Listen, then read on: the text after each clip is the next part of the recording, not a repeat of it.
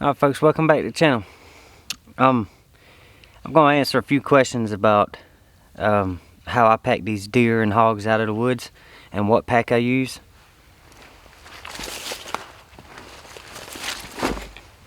You can see here, I snuck up on this little spike this morning and shot him, and we're going to get him packed out. But the pack I use is it's a Mystery Ranch. It's the pop-up 28. It's a smaller, like a day pack for like your western hunts up in the big mountains and stuff like that, the big ranges. But it works perfect, you know, because it's small. It works perfect down here in the south, you know, getting these animals in and out of the woods. I don't know how much of this I'm actually going to show, you know, and I'm going to try to show as much as I can, but you know, and I'm doing all this by myself. But I will talk through each step, and then I just like going from the deer, putting it into a meat bag, and then I'm not gonna go crazy with all that, but I'm gonna try to make this as short as I can, you know, and just you pretty much just get the hide off of him. I get the quarters, get whatever you can salvage off of him, and then put it in a bag and put it on your backpack and get it out of here. I'll walk through, you know, in each step. I just don't know if I'm actually going to show you me doing each step. I will tell you how I'm going to do it, and then we'll go from there. I got this little bag right here. I got it from Marsupial Gear, you know, and this is my kill kit. I got all my knives, extra blades, and my meat bags and everything in here. I always just keep a pair of wipes in my bag down in the bottom down here. Well, let me get everything situated real quick, and we'll get this thing started. Alright. Unfortunately, I left my knives sitting in the car. Yesterday, I packed out a deer yesterday, and I took all my stuff inside and washed it last night. And I grabbed my knives, and they sitting in the passenger seat of the car, and I forgot to get them whenever I left a while ago. But I'll show you a trick. I've done this a couple times, you know, and where I've messed around and left my. But these here's the Outdoor Edge knives and the blades. But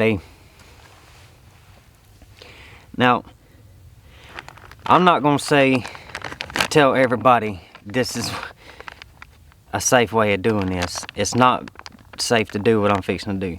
But when you're in a pinch, you mess around and leave your knives, gotta do what you gotta do. What I'm gonna do is take a little wad of these wipes, fold them in half right here, and I'm gonna take this blade and just roll it up inside of there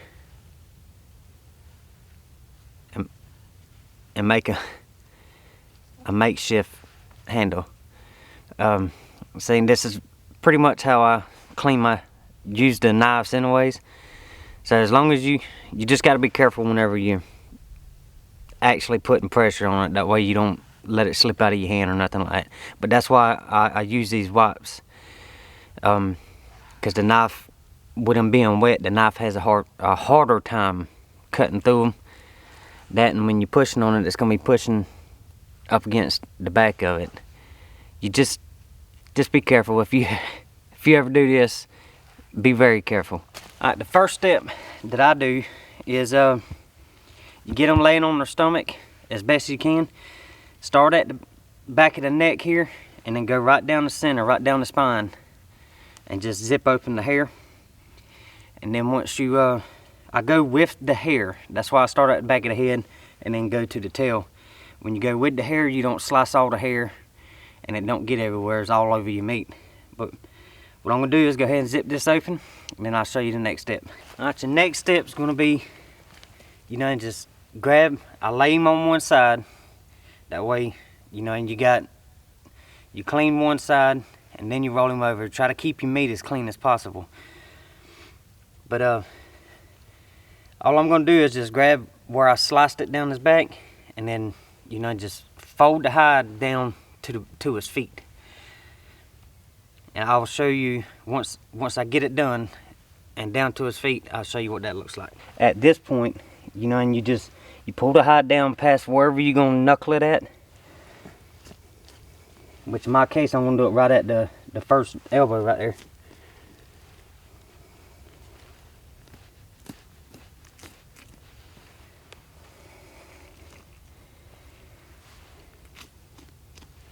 And most time, you can take their foot, stick it between your legs, and help hold it up. Before I pull each quarter off, I will go ahead and knuckle them. That way, when I pull this quarter off, I can stick it straight into a bag.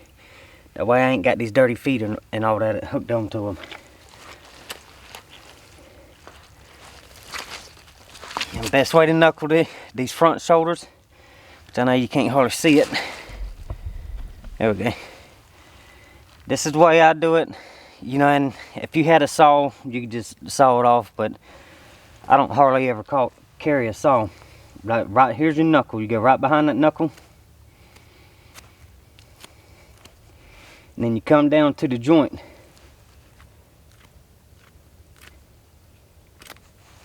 And that joint right there busts right open. Like I said, if I actually had my handle for my knife, this would be so much faster. I'm just trying not to cut my hand off.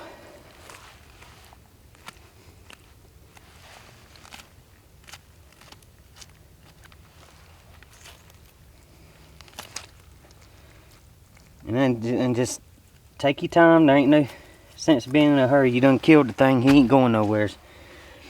Let me grab a... Oh, here's one right here. But here's my meat bags. They're made by Ovis. I think it's called Black Ovis or something like that. It's the name of the company.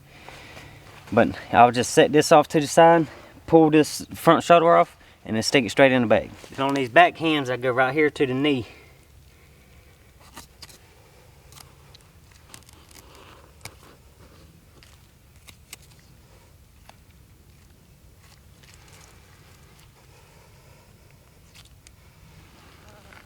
And then you can cut your hocks off right here.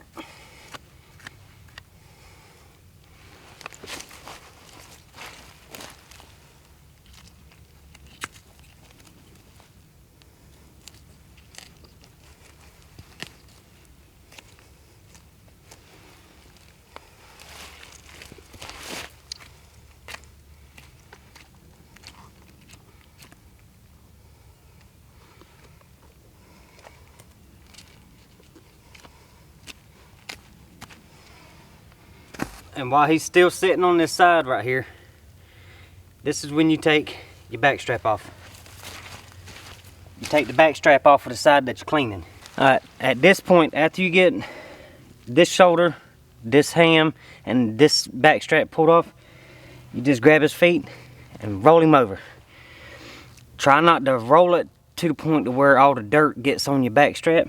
You can grab him from the other side and flip him this way. But to me, it's easier to grab their feet and then just pick him up and then flip him over. So you end up getting a little bit of dirt on it, but a little bit of dirt ain't gonna hurt nothing. You can clean it off whenever you get home.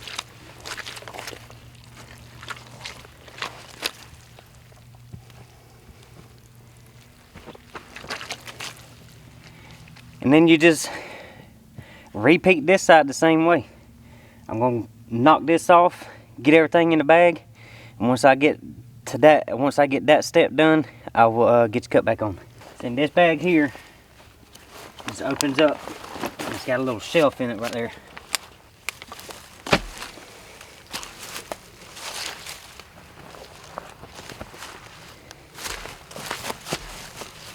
You take your bag. Everything's gonna get bloody and nasty. I do have a meat tarp. But yesterday when I used it, I washed it off and I left it sitting, hanging up on the clothesline. You just set your meat down on that shelf right there.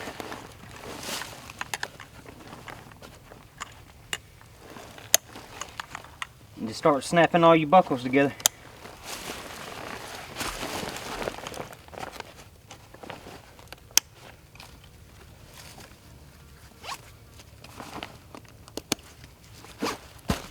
And you cinch everything down.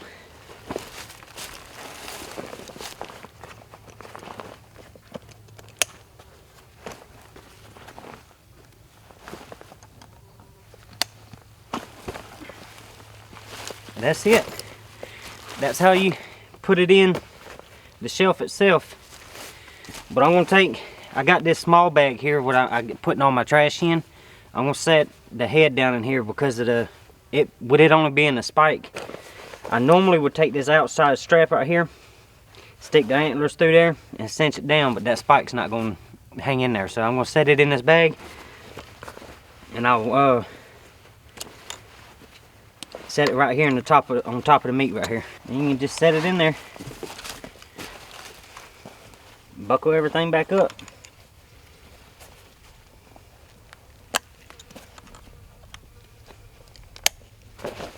And that there is how I will pack it out. And you just slide it on your back and get ready to hoof it out. You know, and it's fairly simple, you know. And but the better of a backpack you buy, you can use a regular old Walmart backpack, the cheapest pack you can find.